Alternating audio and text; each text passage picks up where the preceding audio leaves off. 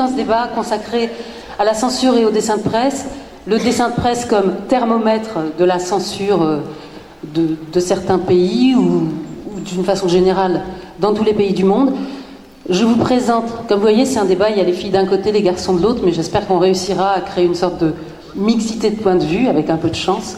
Je vous présente en partant de la droite Kianouch, qui est un dessinateur iranien, mais qui a quitté l'Iran en 2009 parce qu'il avait un peu chaud aux fesses, disons. À ma droite, Willis from Tunis, qui, croyez-moi si vous voulez, vient de Tunis, de son vrai prénom Nadia, donc, qui vit et travaille à Tunis, et qui dessine en particulier des chats, mais on y reviendra. Entre les deux, Olivier Malvoisin, qui n'est pas dessinateur. Olivier Malvoisin est un réalisateur qui a réalisé un documentaire sur le dessin de presse qui s'appelle Fini de rire, qui sera projeté dans cette même salle à partir de 6h. Je vous engage fortement à rester le voir. Vous en avez vu juste quelques images pour ceux qui étaient dans la salle déjà.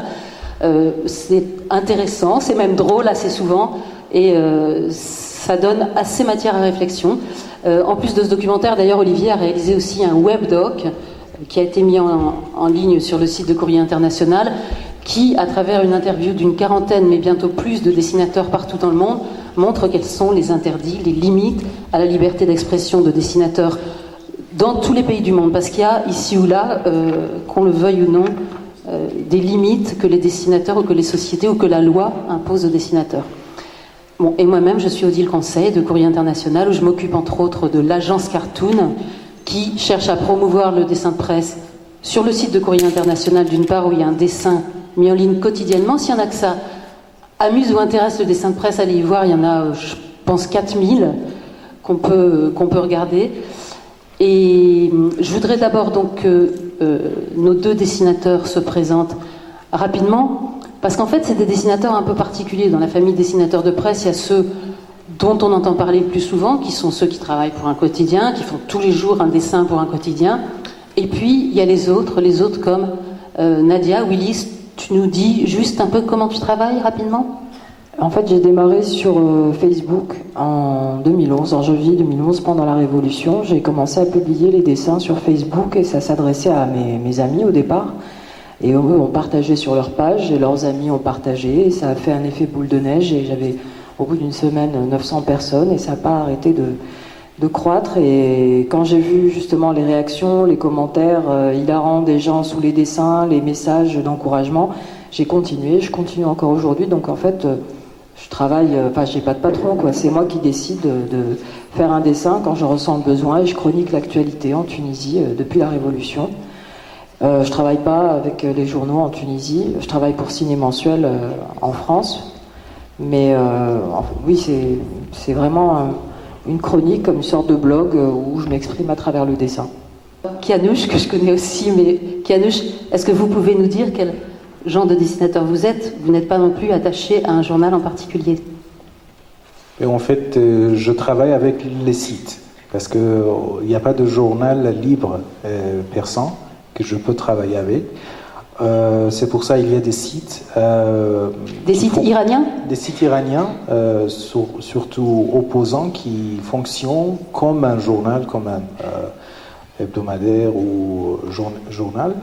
Et je travaille avec eux et aussi je dessine et je publie sur mon blog depuis 2011. Puisque le thème de ce débat est autour de la censure, on va plonger tout de suite dans le vif du sujet de la censure. Donc ce que j'aimerais bien, c'est que vous puissiez nous expliquer l'un et l'autre ce que c'est pour vous la censure. La censure, je l'ai connue avec Ben Ali, avec la dictature de Ben Ali, qui a duré 23 ans, jusqu'en 2011 donc. Et la censure, c'était déjà les journaux. Tous les journaux étaient muselés. On ne pouvait pas critiquer Ben Ali ni son clan. Il avait placé de toute manière ses partisans à la tête de toutes les rédactions, que ce soit dans la presse mais aussi à la télé, les radios, etc. Donc impossible de le critiquer. Puis même si on critiquait l'économie, c'était indirectement le critiquer lui. Donc la seule chose qu'on pouvait critiquer, c'était le foot, le sport la météo et encore, quoi. Donc, ceux qui critiquent s'exposaient à quoi ils précisément? s'exposaient déjà dans un premier temps à des intimidations de la police, parce que Ben Ali, il était chef de la Sûreté nationale et après ministre de l'Intérieur, donc c'était une dictature policière, il connaissait très bien, voilà, le ministère de l'Intérieur lui appartenait, donc c'était la police qui menaçait la population, qui l'emprisonnait, ou qui cassait la figure tout simplement, venait saccager les bureaux des avocats, des opposants. Donc, il y avait l'agence tunisienne d'Internet qui était là, il y avait la cyberpolice tout simplement qui censurait les sites Internet. Donc si on voulait accéder à des sites qui pouvaient toucher à la Tunisie, en règle générale, on avait une page d'erreur qui s'affichait, erreur 404, not found, on l'appelait Amar 404. C'était la censure à tous les niveaux, quoi. On pouvait accéder à rien, même les journaux étrangers, on les avait pas tout le temps. Il suffisait qu'il y ait un petit article qui parle de la Tunisie, qui critique un peu Ben Ali, on n'avait pas le journal en Tunisie. Ça, c'était sous Ben Ali, quoi. C'était une censure totale, et il était carrément arrivé à nous mettre un flic dans la tête, et on en était arrivé à nous autocensurer carrément. Le boulot était fait, il avait gagné, quoi. Et est-ce qu'à cette époque-là, Willis, il y avait des dessins quand même dans les journaux, donc des dessins, disons, de complaisance? C'était pas vraiment des dessins de complaisance, mais c'était des dessins qui traitaient de sujets d'actualité assez banals. Ça ne touchait jamais au pouvoir, jamais. Jamais. C'était quand même des clans mafieux qui étaient au pouvoir, et les critiquer, c'était se mettre en danger, quoi. Alors Ben Ali tombe, un vent de liberté souffle sur la Tunisie, et après et aujourd'hui?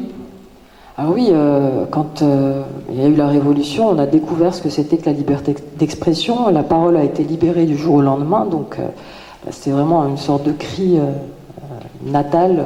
Tout le monde s'est mis à parler, à s'exprimer, à critiquer dans la rue, de partout, parce que même avant, quand on parlait de politique, on en parlait entre nous en chuchotant, on était parano, on jetait nos portables loin, on avait peur que ce soit des mouchards, on avait toujours l'impression d'être entouré de balances qui allaient nous dénoncer. Et là, du jour au lendemain, on a pu s'exprimer dans la rue, dans les cafés, sur les murs des villes, graffés, dessinés, dans les journaux. Donc la parole s'est libérée. Ça a été extraordinaire au niveau artistique aussi. Tout le monde s'est défoulé. Ça partait dans tous les sens, mais c'était génial. Et après les élections d'octobre 2011, avec l'arrivée des islamistes au pouvoir, on a senti des tentatives de nous faire taire à nouveau. À travers, là aussi, des menaces, des intimidations. Le premier truc, de toute manière, qu'ont fait les islamistes, c'était traiter tous les artistes, les intellectuels, les journalistes, les réalisateurs, etc., de mécréants. C'était des mécréants, donc à partir du moment où on est opposé au parti, on est des mécréants, et donc ils ont essayé de discréditer tous ces gens-là en disant, voilà, c'est pas des bons musulmans, donc forcément leurs paroles, elles vaut rien. Et ensuite, ils ont essayé de placer aussi à la tête de différents organes de presse leurs partisans, sans élection, sans rien, un peu la technique à l'ancienne, quoi. Bon, maintenant, la différence, c'est que les journalistes se rebellent, ne se laissent pas faire, font des grèves. Le syndicat des journalistes est assez puissant, donc les gens résistent. Mais les tentatives, c'est tout le temps. Et là, c'est de plus en plus. Là, il y a même pas un mois, en une seule semaine, il y a eu 3 journalistes incarcérés. Ça s'est pas vu même dans les années les plus noires de Ben Ali, quoi. Donc la tentative, elle est évidente. L'envie de nous faire taire est évidente. C'est revenu. Juste une précision, Willis, à l'époque de Ben Ali, cette censure s'exerçait aussi a posteriori, jamais a priori. Il n'y avait pas de lecture préalable des journaux. De toute façon, il n'y avait pas de journaux d'opposition.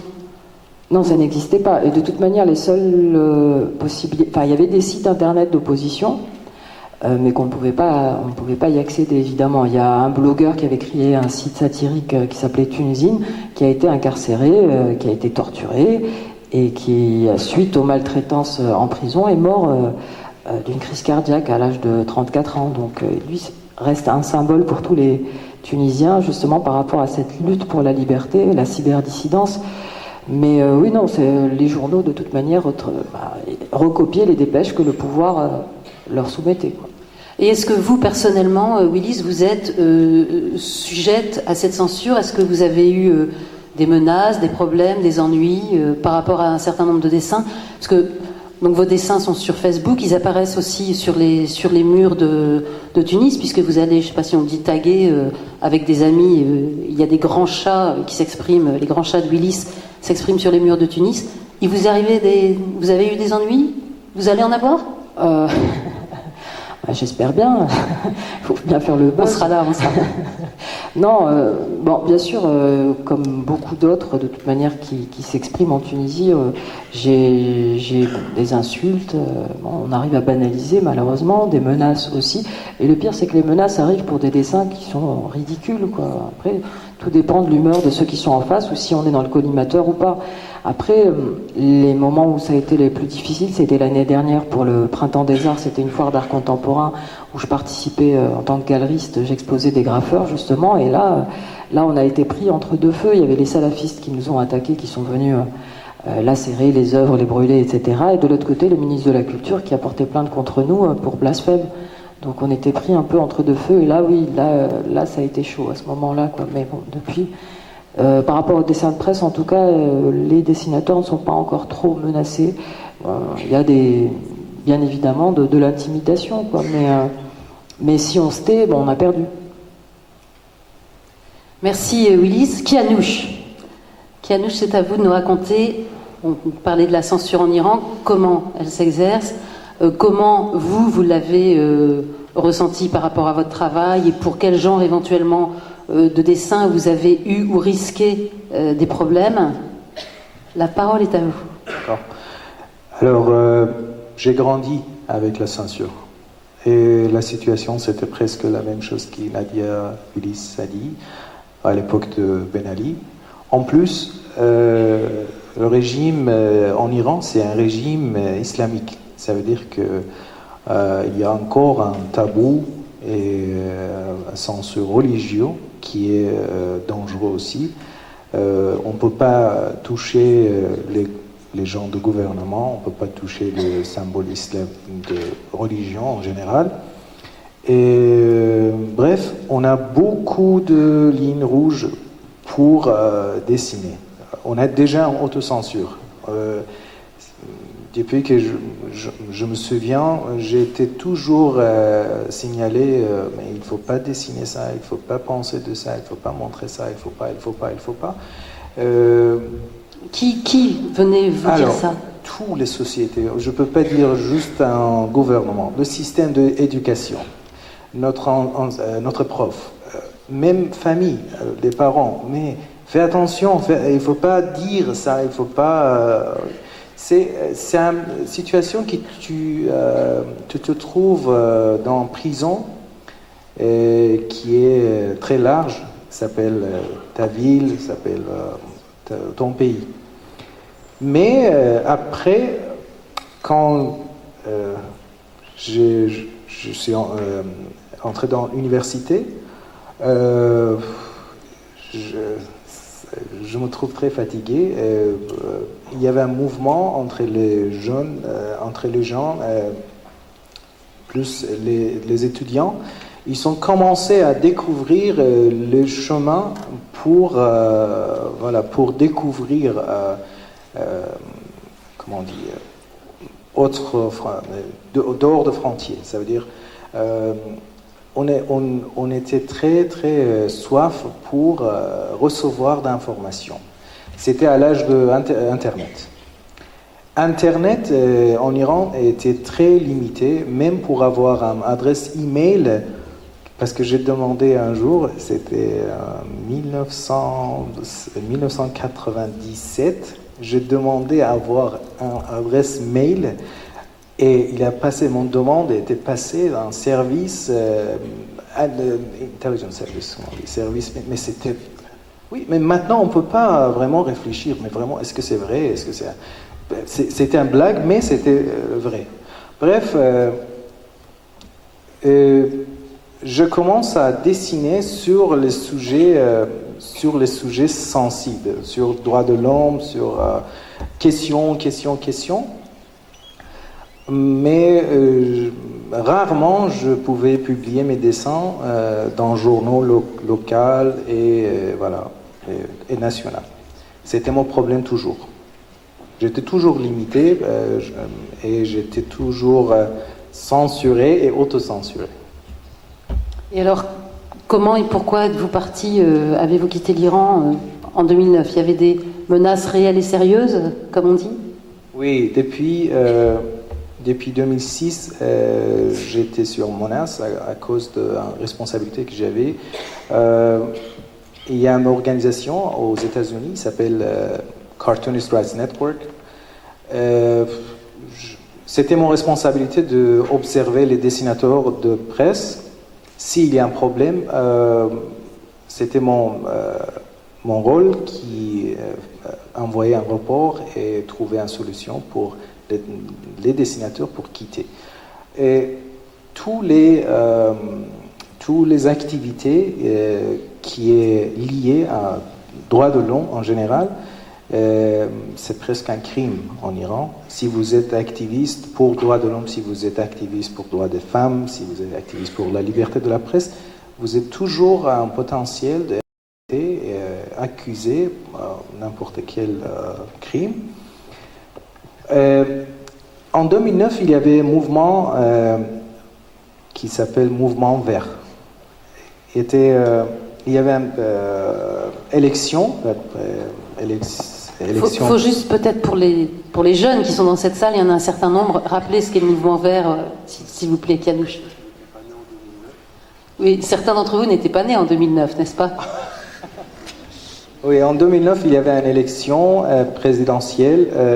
Les gens, ils sont participés pour la première fois, millions de gens, ils sont participés pour choisir un candidat qui ils sont pensés qui peut-être peut être mieux que les autres. Mais le régime, ils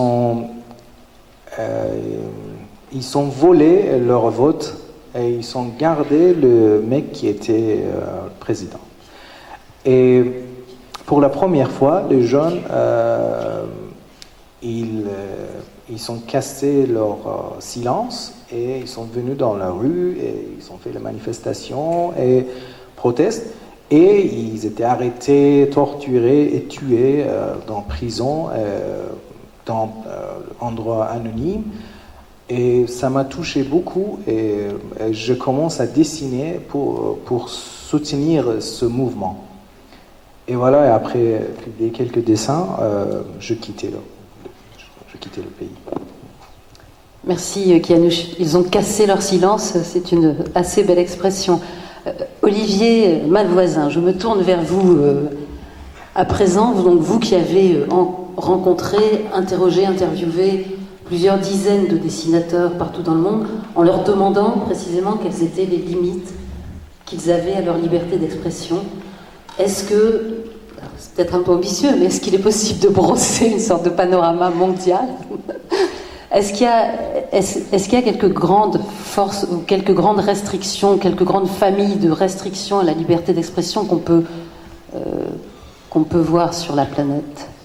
On va brosser général, mais c'était un peu la question du travail qui a été entrepris. C'était en tout cas, le point de départ, c'est de se dire qu'à toute époque, ces formes de censure, et que forcément, dans une époque où on dit, en tout cas en partant de chez nous, on a beaucoup de liberté d'expression, que finalement les choses évoluaient et qu'il y avait des nouvelles formes de censure qui apparaissaient, et que donc les dessinateurs étaient un bon baromètre pour ça, pour reprendre le titre du débat.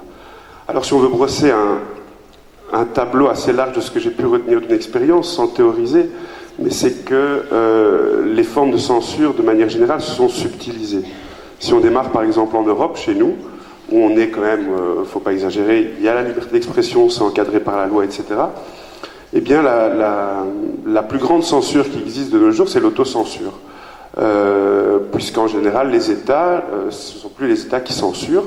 En général, l'État sauve. On l'a vu en France avec l'affaire des caricatures de Charlie Hebdo, etc. C'est l'État qui est venu à la rescousse du dessinateur. Donc, d'une certaine manière, chez nous, la censure s'est privatisée.